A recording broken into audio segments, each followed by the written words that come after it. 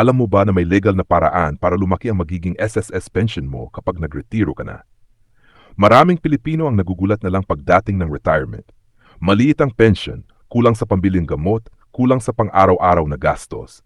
Pero ang totoo, may magagawa ka pa habang maaga.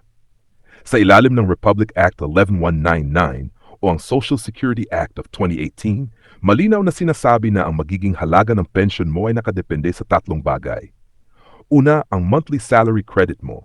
Ito ang basehan kung magkano ang hulog mo bawat buwan. Ikalawa, ang kabuuang bilang ng hulog mo sa buong panahon ng pagiging miyembro mo sa SSS. At ikatlo, na pinaka-importante sa lahat, ang huling 5 taon ng hulog mo bago ka magretiro. Ito ang sikreto na hindi alam ng karamihan. Kaya ang ginagawa ng iba na may kaalaman, pagdating ng edad na 55, nagiging voluntary member sila. Ibig sabihin, kahit wala ka ng employer, ikaw na mismo ang magbayad ng hulog mo. At may control ka kung magkano ang ihulog mo, basta pasok sa patakaran ng SSS. At dito pumapasok ang tamang estratehiya. Hindi mo pwedeng biglayin ang taas ng hulog mo. Bawal ang sobrang laki agad. Bawal ang daya. Bawal ang talon diretso sa pinakamataas. Ang tamang paraan ay dahan-dahan. Paunti-unti ang pagtaas. Ayon sa kaya ng bulsa mo. Taon-taon o kada ilang buwan, basta tuloy-tuloy at legal. Halimbawa, kung ngayon mababa pa ang hulog mo, maaari mo itong itaas ng unti-unti hanggang sa makaya mo bago ka mag-60.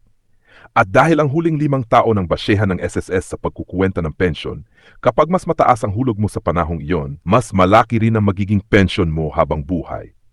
Simple lang ang ibig sabihin nito. Kapag maliit ang hulog, maliit ang pensyon. Kapag malaki ang hulog, mas malaki ang pensyon. Hindi ito haka-haka, hindi ito sabi-sabi lamang. Ito ay nakabatay mismo sa batas at sa sistema ng SSS.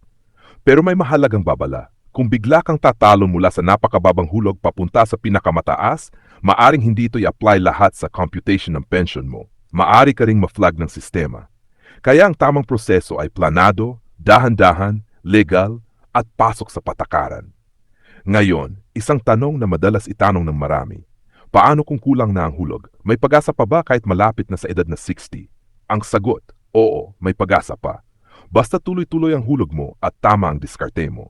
Hindi man ito kasing laki na sa mga naghanda ng maaga, pero mas lalaki pa rin ito kumpara sa wala kang ginawa. Kaya kung ikaw ay isa sa mga sumusunod, empleyado na malapit ng magretiro, OFW na pauwi na sa Pilipinas, self-employed o dati ng empleyado na gustong ipagpatuloy ang hulog, ngayon pa lang magplano ka na. Dahil tandaan mo ito, ang pensyon ay hindi lang para sa iyo. Ito ay para sa gamot mo, para sa pagkain mo, para sa kuryente at tubig mo, at para sa dignidad mo bilang isang retirado. At ito ang masakit pero totoong katotohanan. Maraming senior citizen ngayon ang hirap na hirap dahil huli na sila nagising. Wala ng habol, wala ng lakas, wala ng pagkakataon. Pero ikaw, dahil pinapakinggan mo ito ngayon, may pagkakataon ka pang baguhin ang magiging bukas mo. Ngayon, kung gusto mong malaman ang sagot sa mga tanong na ito, ilang hulog ba ang eksaktong kailangan para magka-pension sa SSS? Magkano ang pinakamababang pension ngayon? At ano ang mangyayari kung putol-putol ang hulog? I-follow mo ang page na ito